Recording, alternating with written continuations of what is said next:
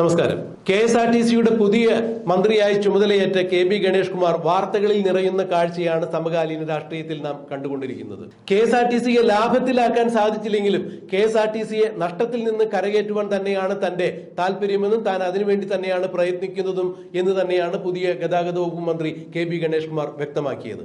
ചില ആളുകൾ ഭരിച്ച് KSRTCയെ കുളമാക്കിയിട്ടിരിക്കുന്നു എന്ന് തന്നെയാണ് അദ്ദേഹം മാധ്യമങ്ങളെ കണ്ടപ്പോൾ പറയാതെ പറഞ്ഞു വെച്ചത്. എന്നാൽ KSRTCയിൽ ഇനി പഴയതുപോലുള്ള കെടുകാര്യസ്ഥത ഒരു കാരണവശാലും അനുവദിക്കുന്നതല്ല, അംഗീകരിക്കുന്നതല്ല. സ്പെയർ പാർട്സ് വാങ്ങുന്ന ഇനത്തിലെല്ലാം തന്നെ നിരവധി വെട്ടിപ്പുകൾ KSRTCയിൽ നടന്നിട്ടുണ്ട് എന്നുള്ള, വലിയ അഴിമതികൾ നടന്നിട്ടുണ്ട് എന്നുള്ള ആരോപണങ്ങളെ തുടർന്ന് ഇപ്പോൾ ഗതാഗത വകുപ്പ് മന്ത്രി KB ഗണേഷ് കുമാർ പുതിയൊരു തീരുമാനമെടുത്തിരിക്കുന്നു.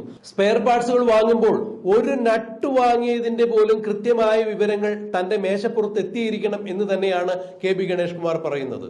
അതായത് ഗതാഗത വകുപ്പിൽ ഇനി യാതൊരു തരത്തിലുള്ള അഴിമതിയും ഉണ്ടാവില്ല. അത് അഴിമതി നടത്തുന്ന ഏതെങ്കിലും ഉദ്യോഗസ്ഥരുണ്ടെങ്കിൽ അവരെ വെച്ച് പൊറുപ്പിക്കില്ല എന്ന് തന്നെയാണ് KB ഗണേഷ് കുമാർ അടിവരയിട്ട് പറയുന്നത്.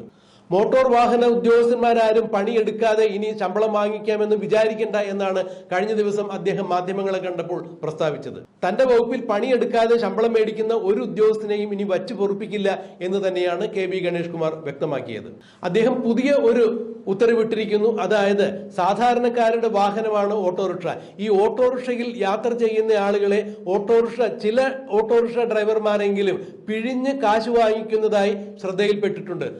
അതുകൊണ്ട് ഇനി ഒരു കാരണവശാലും ഒരു യാത്രക്കാരനും, സാധാരണക്കാരായ യാത്രക്കാരാണ് ഓട്ടോറിക്ഷയിൽ കയറുന്നത്, അതുകൊണ്ട് സാധാരണക്കാരെ പിഴിയുന്ന ഓട്ടോറിക്ഷക്കാരെ കൂച്ചുവിലങ്ങിടുവാൻ വേണ്ടി പുതിയ നിയമവുമായി ഗണേഷ് കുമാർ എത്തുന്നു.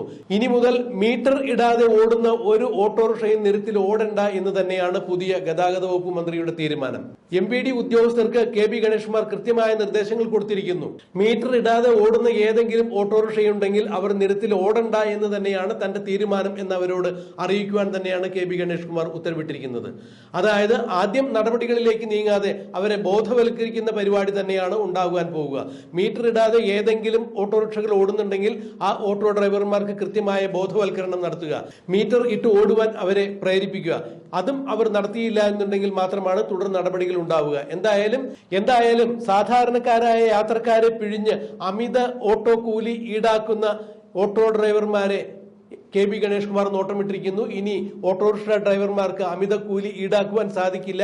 മീറ്റർ ഓട്ടോറിക്ഷയിൽ ഘടിപ്പിച്ചാൽ മാത്രം പോരാ, യാത്രാവേളയിൽ മീറ്റർ ഇട്ടിട്ടുണ്ടോ എന്ന് അവർ ഉറപ്പുവരുത്തുകയും വേണം. മീറ്ററിൽ കാണാത്ത ചാർജ് ഒരു കാരണവശാലും യാത്രക്കാരിൽ നിന്നും ഈടാക്കുവാൻ പാടുള്ളതല്ല. അങ്ങനെ ആരെങ്കിലും ചെയ്യുന്ന പക്ഷം കൃത്യമായ നടപടികൾ ഇത്തരം ഓട്ടോക്കാർക്കെതിരെ ഉണ്ടാകും എന്ന് തന്നെയാണ് KB ഗണേഷ് കുമാർ ഇപ്പോൾ മറുപടി കൊടുക്കുന്നത്. ഇതുപോലെ തന്നെ MVD ഉദ്യോഗസ്ഥർക്ക് അദ്ദേഹം പണി കൊടുത്തിരിക്കുന്നു.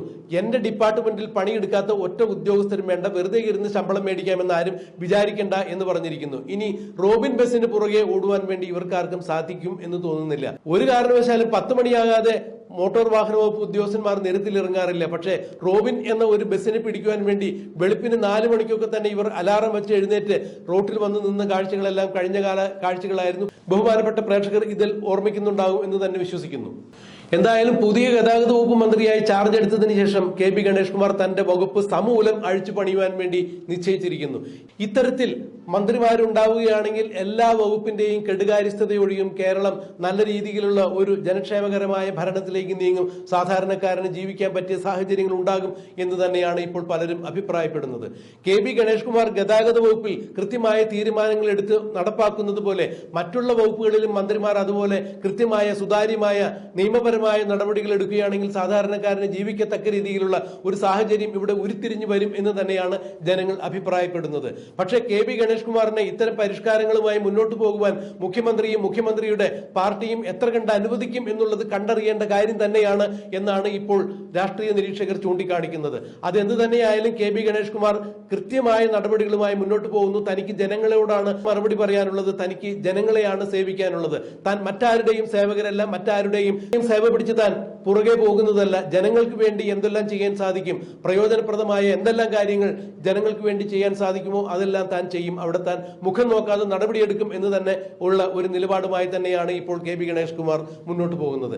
എന്തായാലും സാധാരണക്കാരിൽ സാധാരണക്കാരായ ആളുകൾക്ക് ജീവിക്കാൻ പറ്റിയ രീതിയിലുള്ള ഭരണപരിഷ്കാരങ്ങൾ കെ.ബി. ഗണേഷ് കുമാർ കൈക്കൊള്ളും എന്ന് തന്നെ പ്രതീക്ഷിക്കാം. കെ.ബി. ഗണേഷ് കുമാറിന് അത്തരത്തിൽ പ്രവർത്തിക്കുവാൻ എല്ലാവിധ സാഹചര്യങ്ങളും ഒരുങ്ങട്ടെ. മുഖ്യമന്ത്രിയും പാർട്ടിയും കെ.ബി. ഗണേഷ് കുമാറിന് എല്ലാവിധ സാഹചര്യങ്ങളും ഒരുക്കി കൊടുക്കട്ടെ എന്ന് തന്നെ നമുക്ക് പ്രത്യാശിക്കാം.